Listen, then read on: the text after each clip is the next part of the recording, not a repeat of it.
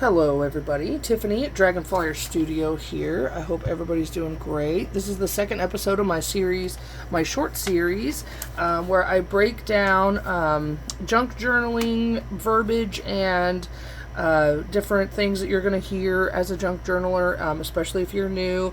And last time I showed you how to remove the signature block from my newest project. So this is just a Catching Fire, one of the Hunger Games series books. I showed you how to remove this. That was episode 1. So episode 2, we're gonna replace that signature block with our own signatures. So if you've heard the word signature, that's just the word that is used for the group of pages that you are going to take. You can create these out of just about anything. I've got several different ones here. I'll run you through what I have picked out. I usually keep my signatures to about 10 pages. I haven't yet made any journals that are thicker than about an inch, maybe an inch and a half. This guy here is, use the right edge of the ruler, an inch and a quarter. So this one will end up with about 3 signatures, and then that way that will leave me enough room to add my ephemera and embellishments and things of that nature. So let's jump right in. I'm trying to keep these videos short and sweet and to the point, because I know everybody's busy. You want to get crafting, you want to get creating. So real quick, I've just picked out 10 pages, kind of neutral backgrounds for the most part. At least that's the idea for this one. Some of my journals have had, colored paper and stuff like that. I will do a video on how to dye paper. This paper right here you're going to see, it's just regular printer paper that I have submerged in coffee. Let sit for a while, and then I dried on an oven rack. That's where those lines came from. Just plain old parchment paper. This is the page out of an old encyclopedia. This is a page out of a Treasure Island book. There we go. This is a page that a friend of mine sent me. She made it on a jelly print or a jelly printer. I've never played around with jelly printing, but you can see there's a certain little sheen to it. It's got kind of a gold color going on. Another coffee dyed page. This is the page to an old road atlas.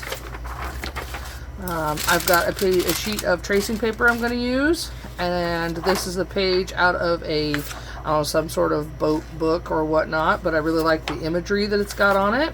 And then this is just a plain page of mixed media paper from an art sketchbook.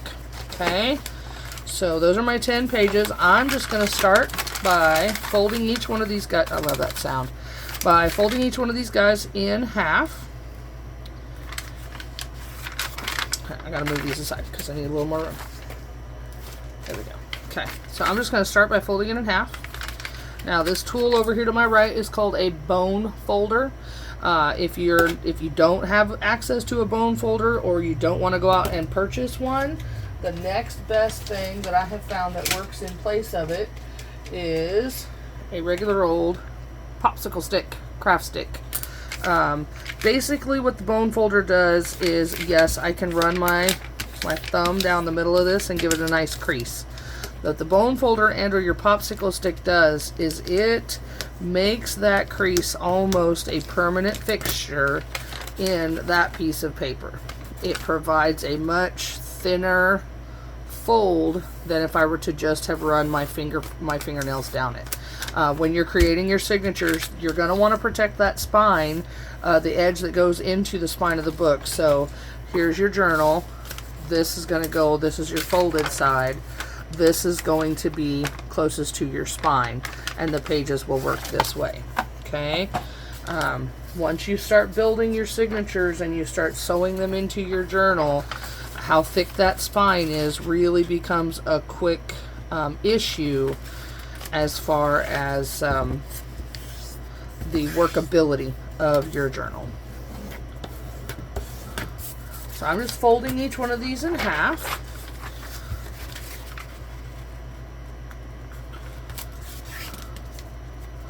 Trying to make sure that they're nice and square along that outer edge. And then I will go back and spend a little time worrying about in what order I put them together in. If you are using genuinely vintage paper, the dictionary pages that you see me use, the encyclopedia pages that you see me use, the road atlas pages that you see me use, they are genuinely vintage pieces of paper. This one, although it sounds vintage, it was bought, I don't know, 2 months ago, 3 months ago. But if you are using a genuinely old book to make your paper out of, you want to pay attention to the condition of your paper. There's a difference between an old book that looks like this on the edges. It's got just a little bit of aging, as opposed to, hold on, let me see if I can get an example for you.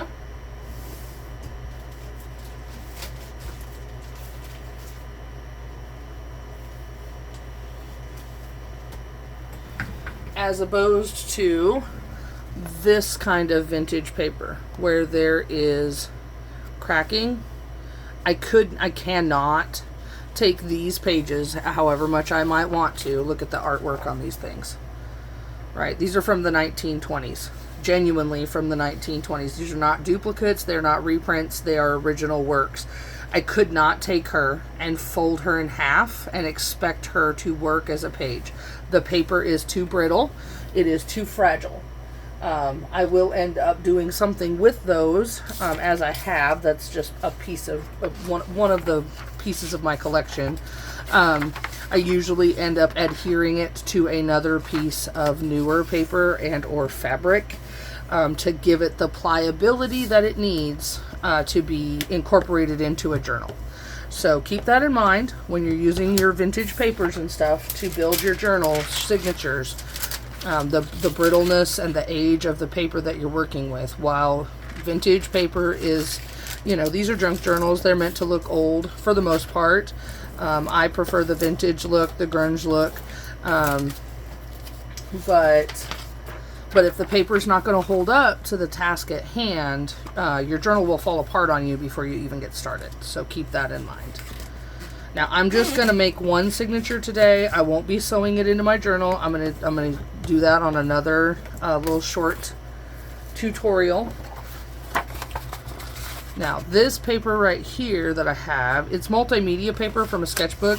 It's kind of the thickness of cardstock, but not cardstock. It's meant to take paint and ink and watercolor, sketches, pencils, whatever.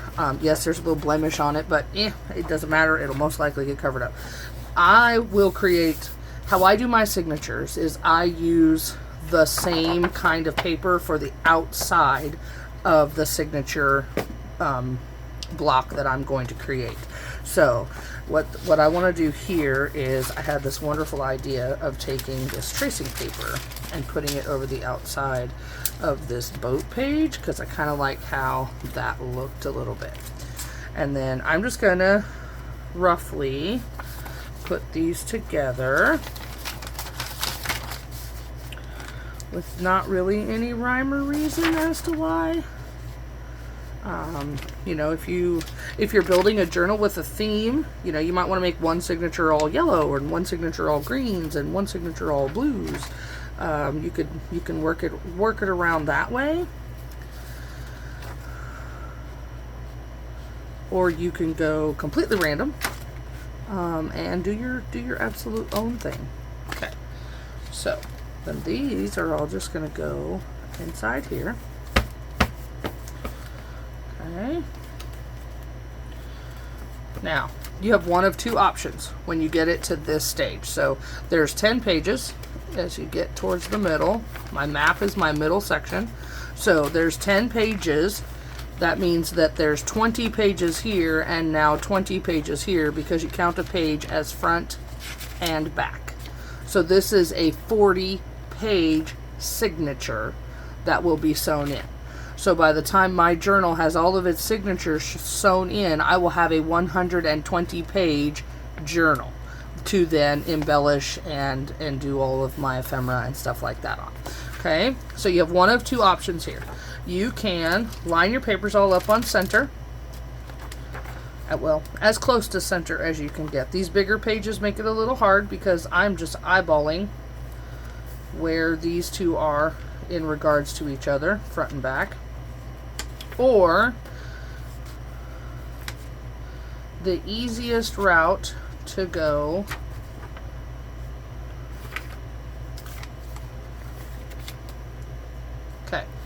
so I'm going to keep all of these somewhat centered with each other. You'll see me tap it a lot. You want to make sure that all these edges down here are as close to as close to each other as they can possibly get. Okay, you don't want anything hanging half out or anything like that, because when we go to measure it and cut it, it will throw all your pages off. So the other thing that you can do is you can do this. You can have all of your bottom pages line up, and then you just want to check and make sure that everybody's down at the bottom right here, nice and even. Okay, but keep in mind that when we go to measure these and cut these, if there was say one of these had a print on it or something, you may end up cutting off top part of the print depending on the page, the size of your journal. So I'm going to show you how to get your journal measured so that you know what size your pages should be. So if you have removed the signature block from a book that already has a spine and expander put into it, you're going to measure from the outside crease. Don't measure all the way from back here. And I will show you why in another video. Okay, so this book is about 5 1/4, so I'm going to measure my pages at 5 inches by, this book is 8 1/2, I'm going to go at 8, so 5 by 8 is what I'm looking for as far as my pages go. Okay, now I don't want to cut my images up or cut my images off, so I'm going to do my best to center my pages on the signature. See how I've done there? Roughly the same at the top, same at the bottom. It doesn't have to be perfect. It is a junk journal after all, and it's just paper. How are we doing on time? Okay, try to keep these to 15 minutes or less. Okay, so now that we've got our signature measured out, I'm going to get a little clip, and I'm just going to clip the back of this to try and keep everybody the same distance. Okay, so I said my pages are going to be 8 inches. So I would come in here with my ruler. This page is about 9 inches across. So I'm going to remove a 1/2 inch here and a 1/2 inch here, and that will get me to 8 inches. Okay, just going to grab my pencil, maybe, because it's always lost. I'm just going to come in here. I'm going to use the solid white page as my guide. 1/2 inch, 1/2 inch, 1/2 inch, 1/2 inch. Okay, now I'm going to bring my ruler in here. Oh, now look, I can already tell these are not lined up properly, so I'm going to take my clip off, pack them down in there, and try and get that as close to my spine as possible. Okay, I think that's going to be about as close as I can get. Okay. Alright, I'm going to put my clip back on. Alright, I'm going to lay this down flat. Am I on camera? Can you see what I'm doing? I can. Okay. I'm going to line up my ruler, and then I'm just going to get my craft knife, and I'm just going to cut down through all the layers of paper. Again, if you're working with genuinely vintage papers, be patient with this step right here, because older paper has a tendency, especially if you're pushing down through multiple layers like I am, older paper has a tendency to tear rather than to cut. And I am wildly off my mark on my ruler down there. I could feel it.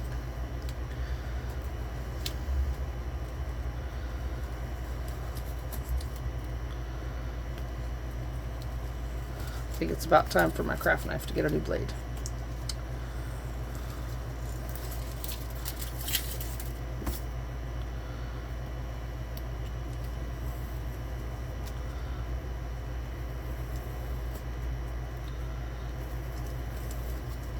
So you just want to go slow and be patient with this one process, because this is the foundation of what your junk journal will be built on. All of your embellishments, all of your ephemera, all of your wonderful decorations will be put on these pages.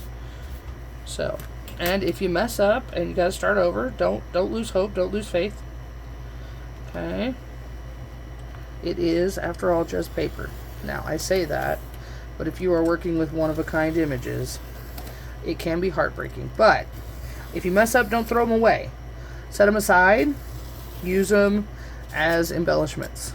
Those pages can still be used for pockets and tucks and all kinds of things. Okay, so there we go. I'm just going to measure again. Make sure I'm right at 8 inches, which is right where I wanted to be. So now I'm going to come from back here. Same process. What did I say, 5 or did I say 5.5? I think I said 5. Yep, I'm going to measure out at 5 inches. Remember, measure twice, cut once. If any of you have ever cut lumber or done a project, everybody knows that rule of thumb. So then I'm just going to come in here, line my ruler up.